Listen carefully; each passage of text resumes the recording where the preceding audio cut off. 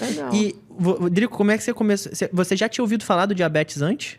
Pra você ter esse tino de procurar algum médico e tal? Já ouviu? Então, pesquisei os sintomas, né? Na Jogou época, no Google, sim, famoso joguei no Google. famoso Google. Muita sede, vontade de ir ao banheiro toda hora e comendo o tempo todo, emagrecimento. Quando começou, eu joguei no Google e apareceu isso. Eu falei, Não. possível. Alguém na tua família tem diabetes? Não, então.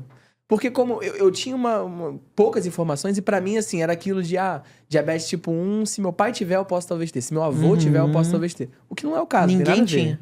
Ninguém tinha. Então, pra mim, como ninguém da minha família tinha, eu falei, não é isso. Sei lá, calor. Tá calor, por isso que eu tô bebendo muita água, acontece. Ou era Até diabetes ou começar a era evoluir. câncer. Sempre tem isso no Google. E o DM1 não tem muita relação genética, Com a genética. né? Pode ter um caso ou outro, mas é mais o DM2 que tem. Se tem algum caso de parente de primeiro grau, a chance de você ter é muito, muito grande.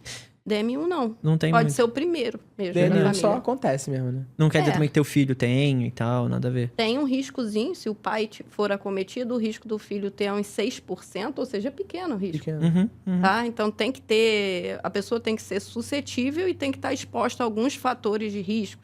Poderia ser infecções virais da infância. Você teve alguma infecção viral na infância? O que eu mais acho que pode ser é que eu nasci prematuro. Eu nasci de quase 8 meses, não chegou nem a 8 meses. E eu tive bronquiolite quando eu nasci. Então eu fiquei na UTI vários meses depois que eu nasci. Então posso ter pego uma infecção nesse momento que desenvolveu uma diabetes mais tarde, né? Mas as próprias infecções da infância mesmo. Você teve Tipo, catapora, catapora, sarampo? Pô, não. Não Pior que teve? não. Então não é, gente.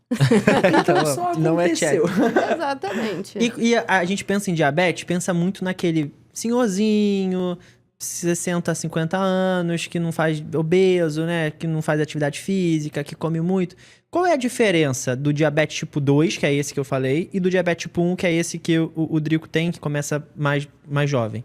Esse que o Drico tem, que é o DM1, diabetes tipo 1, é menos frequente, corresponde a 5 a 10% dos casos de diabetes.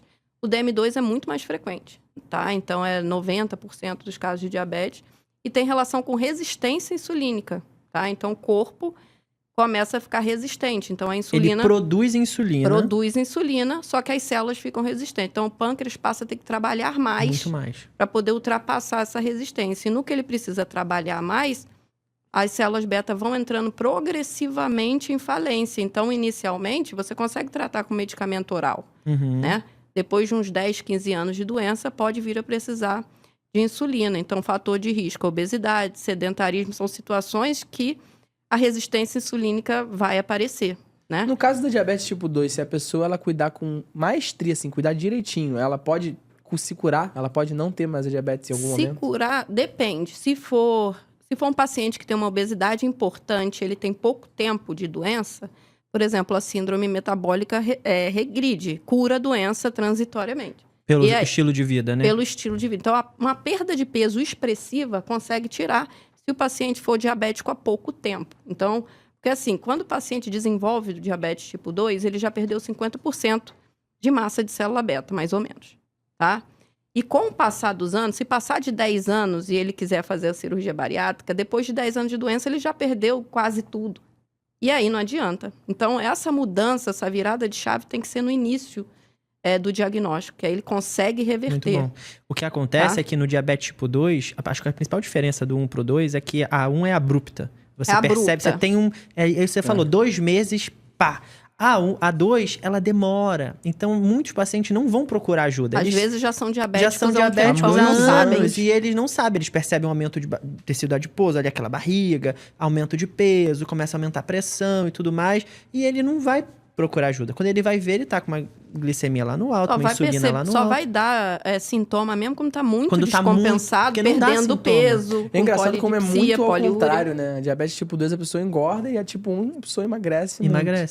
Na verdade, o fato da pessoa estar acima do peso é fator de risco pro diabetes fator, né? tipo 2. Mas tipo 2. quando fica descompensado, também emagrece pra caramba. Ah, emagrece também. Emagrece. Quando Porque chega aí entra ponto no negócio teu. da Porque falência começa a usar... de quebrar o músculo, né? Começa a usar o teu tecido adiposo, o músculo.